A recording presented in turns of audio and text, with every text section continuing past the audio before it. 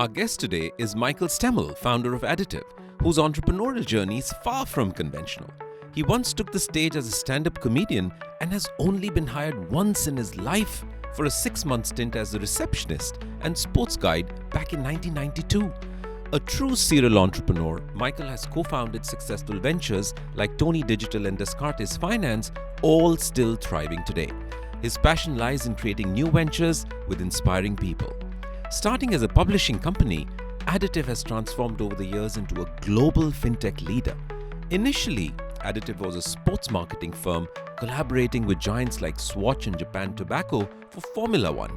Today, Additiv serves high-profile clients like NatWest Group, Zurich Insurance and Citi with offices worldwide. In his talk, for a startup, best practice can be the worst practice, and here's why. Michael delves into the pitfalls of conventional wisdom and the importance of innovative thinking. Here's Michael.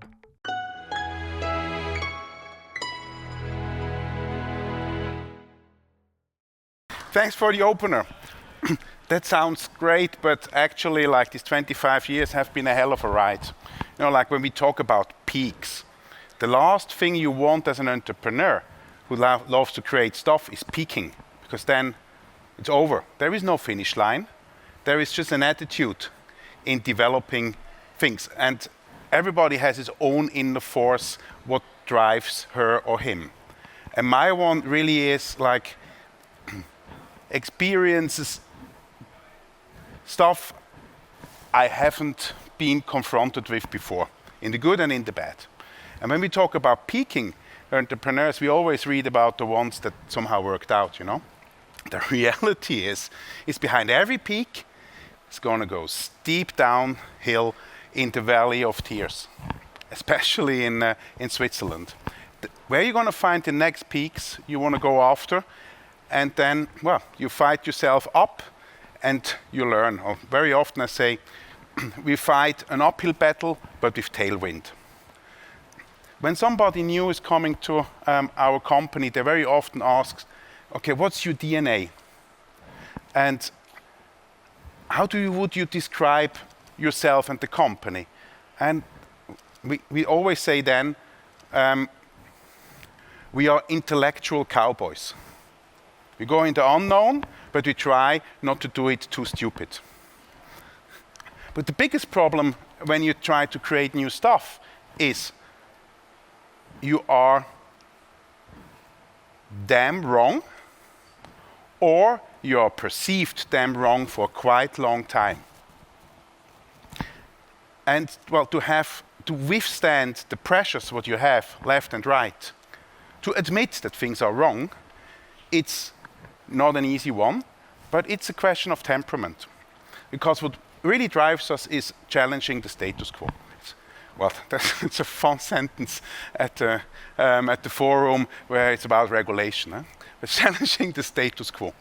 And what is it? What does it mean? It means like admitting that best practice is very often worst practice. If you have a startup, if you start with something new, there is only one thing that really counts. You have to challenge the status quo. Why? Because the status quo is existing. You're not needed. Huh? You're not needed. But I bring you now on the journey with a few like points where we peaked and went into the valley again, and where we have developed a company that was in the publishing and sports marketing industry into a global fintech company. And start with some pictures. That was like taken at my 50th birthday, and we have been at the place, and by accident there has been a museum from Swatch. And you see my, I would say, two most best projects, my sons and Swatch, because Swatch opened us the doors to becoming a global, worldwide leader in sports marketing. But after a while, we started to ask ourselves, what the heck are we going to do with this internet that came? Let's see how old I am. Internet that comes around the corner. and introduced a concept to a big publishing house. We said, okay, there are so many new channels. Why can't we just produce content and distribute it cross-media via all channels? Because then it really makes sense, the business cases. And the CEO and publisher there said, young man, great idea, but how the heck are you going to do that? So, as an entrepreneur, where you live from overconfidence, I convinced him that we're going to find a solution and we're going to buy a technology. Reality, the gap between PowerPoint and reality has been too big. We haven't found anybody that can provide that. And with complete naive overconfidence, we decided we hire engineers and do it by ourselves, because there is a need. Before that's about 8 months, it was more about 8 years afterwards. But anyway, we started the journey.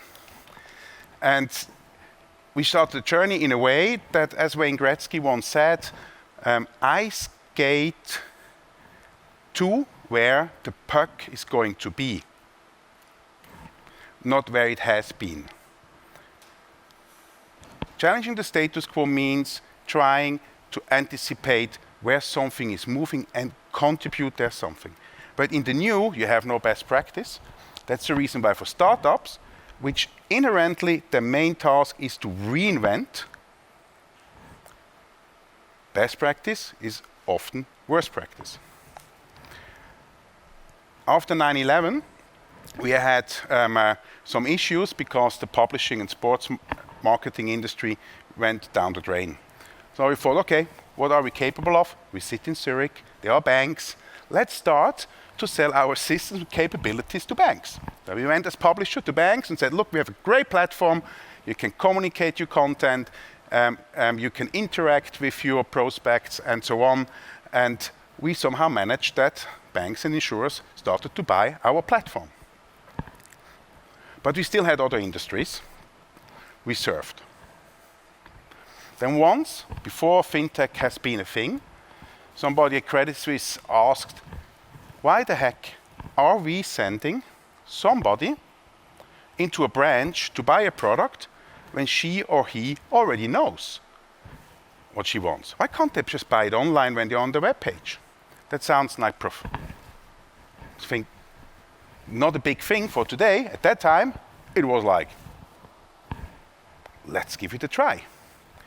It was extremely successful. They had a lot of inflow, and it was that successful that the bank then decided to shut down this channel because the strategy is advisory at its core, and it should be and has to be in a branch. But we, at Additiv, just have realized, you know what? This is like a great opportunity. 12 people, and have been convinced that the internet will change this industry because it changed client behaviors, and started to innovate. This picture has been taken after 10 attempts of rehearsing before we had the chance to go on the Finovate stage. You see me, a little bit younger, and you see Manu, a true cowboy in that field, very intellectual. And he nearly lost his nerves because, like, I'm the worst in rehearsing. So I say the same things, but completely differently. And it worked out. So, like, also this speech and this video there helped us a lot. And we started to be pioneers in several fields. We started to be pioneers going global. But, as said, when you try new stuff, you can be dead wrong. This is a picture from Nairobi when Mr. Kenyatta, at that time the president of Kenya, has launched a complete new platform we have developed with the government there and the industry. The idea has been very simple. We wanted to get the possibility for small entrepreneurs and micro entrepreneurs to get fair micro loans. The reality is microfinance, it's extremely expensive. It's easily 60% plus annual interest rates after inflation rate. And one of the main reasons for suicides is due to exactly this particular industry. So our idea has been, hey, let's have a platform. On this platform, all banks can participate. It's an ecosystem. We orchestrate this. And because the banks in Kenya do not have the balance sheet that they can bear credits, we came to the conclusion that we bring private debt in there. Instead of donation, give them a fair chance, the entrepreneurs there, to get money they can invest for a fair price. And you don't kill the banks because they can service it and can make money with it as well. We rolled out, was a big event, the president was speaking there, live television. Not one loan ever has been distributed and originated over the platform.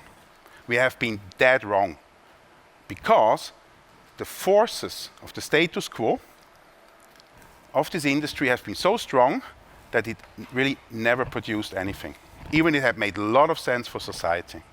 But you can be dead wrong. But platforms and the idea of platforms, of ecosystems and sharing capabilities, giving access to, has driven us further. Because we really think that this financial service industry has one big problem. It produces extremely expensive along the value chain. So today we offer in about 100 jurisdictions a platform where financial service companies and non-financial service companies can define, build, run, and source regulated services and products so that they can offer to their clients financial services and complete new verticals they couldn't have done before, and they can collaborate with each other for the benefit of all. We believe that we may change how an industry is working with redefining the value chain in a way that it makes it more flexible. And we have a team that is really believing in as well. And when you talk about challenging the status quo, my key learning is it's always better to do things together. You see my new partner in crime here, Niels, who joined me as our CEO, and I'm now the founder. And this is a picture of one of our offices with at the team dinner. And the key learning for everybody is being an intellectual cowboy means never peak. Look for the next one. Thank you.